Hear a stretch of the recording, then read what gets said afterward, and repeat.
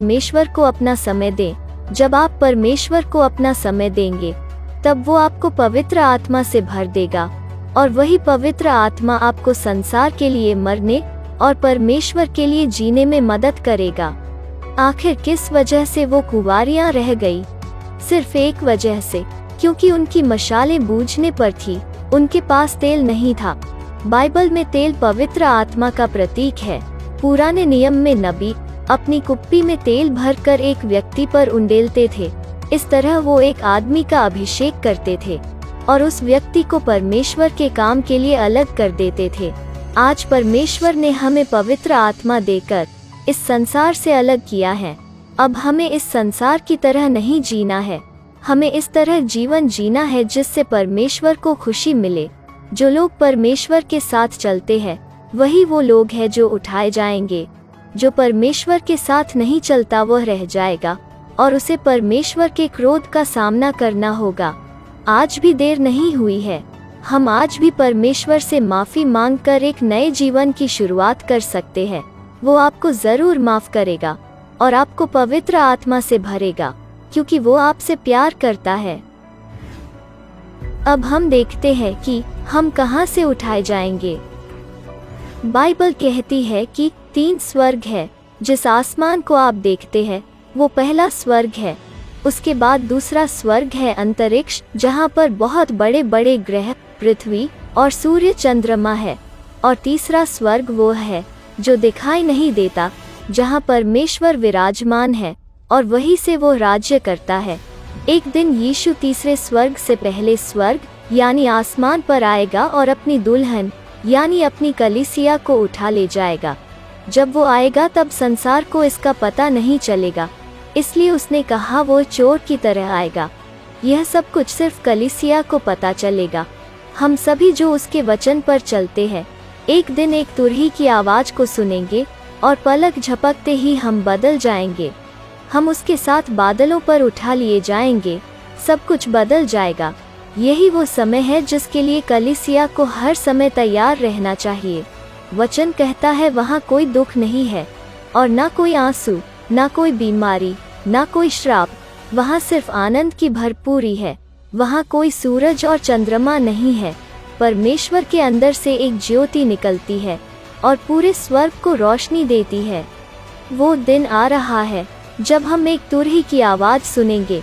हम आसमान की तरफ देखेंगे और यीशु हमें अपने साथ उठा लेगा। आप और मैं उससे हवा में मिलेंगे। तब वो वचन पूरा हो जाएगा कि जय ने मृत्यु को निगल लिया। उसके बाद हम उस विवाह में होंगे जिसके लिए हमने हर दिन अपने आप को पवित्रता से सजाया था। यहूदी शादी में दूल्हा और दुल्हन अपनी शादी के समय में 2 प्यालों में दाखस लेते हैं और फिर उसे एक ही प्याले में डालकर पीते हैं। यह दाखस उनके बीच की एक वाचा है जो दर्शाई जाती है कि अब हम एक है। और उसके कुछ समय बाद दूल्हा अपनी दुल्हन को अपने घर ले जाता है।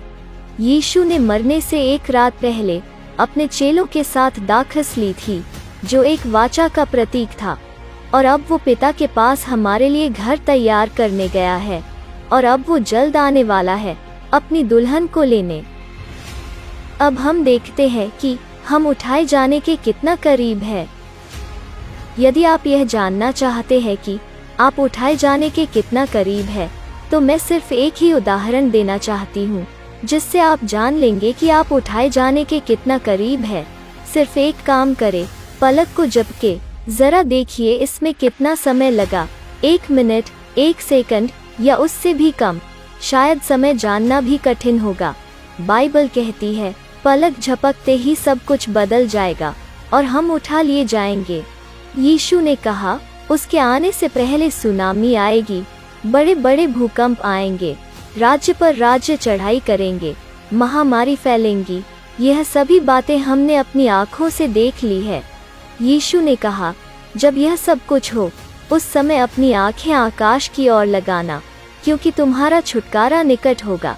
याद रखें, परमेश्वर ने यह तकलीफें हमारे लिए नहीं ठहराई है, पर उसने हमें यह सब एक चिन्ह के तौर पर ठहराया है ताकि हम यह जान पाए कि वो आ रहा है और हम तैयार रहे। कुछ लोग कहते हैं कि कलीसिया को सताव से गुजरना होगा, पर याद रखें सताव तो तब से ही है जब से कलीसिया बनी थी। यीशु के सभी चेले उसके लिए शहीद हुए थे। किसी को तलवार से मारा गया, तो किसी को जला दिया गया, तो किसी को क्रूस पर चढ़ा दिया गया। हर सदी में सच्चे विश्वासियों को सताया गया है। प्रभु के आने का मुख्य चिन्ह सताव नहीं था, पर वो बातें थी जिसका ऊपर मैंने आपसे जिक्र किया है। अब ऐसी कोई बात नहीं है जो पूरी नहीं हुई है। हर एक बात पूरी हो चुकी है। अब समय है आकाश की ओर देखने का, क्योंकि हमारा छुटकारा निकट आ गया है। पलक झपकने जितना निकट। ऊपर देखने का अर्थ है तैयार रहना। वही कहना जो यूहन्ना ने 2021 साल पहले प्रभु से कहा था, प्रभु यीशु आज यह वीडियो आपके पास इत्तेफाक से नहीं पहुंचा है, पर यह वीडियो आपके पास परमेश्वर की मर्जी से आया है। वो चाहता है कि आप उसके बेटे के आने के लिए तैयार हो जाओ, ताकि जब वो बादलों पर प्रकट हो तब आप उसके साथ उठाए जाओ। पतरस ने यीशु का 3 बार इनकार किया। पौलुस ने प्रभु के लोगों को मारा और पीटा। मरियम ने व्यभिचार किया, पर जब इन्होंने सच्चा पश्चाताप किया तब ये सब माफ किए गए और परमेश्वर ने इन सभी को नया जीवन दिया। अभी वीडियो के अंत में मैं आपके साथ एक रहस्य प्रकट करना चाहती हूँ, जो मुझे सिर्फ परमेश्वर के अनुग्रह के द्वारा मिला है। हमेशा याद रखिए कि प्रभु यीशु मसीह का बादलों पर प्रकट होना केवल कलीसिया के लिए होगा। वो हमें गुप्त रूप से अपने साथ उठा लेगा और 7 साल बाद जब वो अपने दूसरे आगमन के लिए जैतून के पहाड़ पर इस सृष्टि का न्याय करने दोबारा लौटेगा, तब वो हमें अपने साथ ले आएगा। इस बार वो कलीसिया के लिए आएगा और दोबारा वो कलीसिया के साथ आएगा। यही वो रहस्य है जो सदियों से छुपा हुआ था, परंतु अब उसने अपने कलीसिया पर अपने पवित्र आत्मा द्वारा प्रकट किया है। मेरी यह प्रार्थना है कि परमेश्वर उसके दोबारा आने से पहले हमें तैयार होने में हमारी सहायता करे। प्रभु यीशु के बादलों पर दूसरे आगमन को बाइबल धन्य आशा कहती है। यही हमारी अंतिम आशा है कि हम वो पीढ़ी बने जो उसे बादलों पर आते हुए देखे।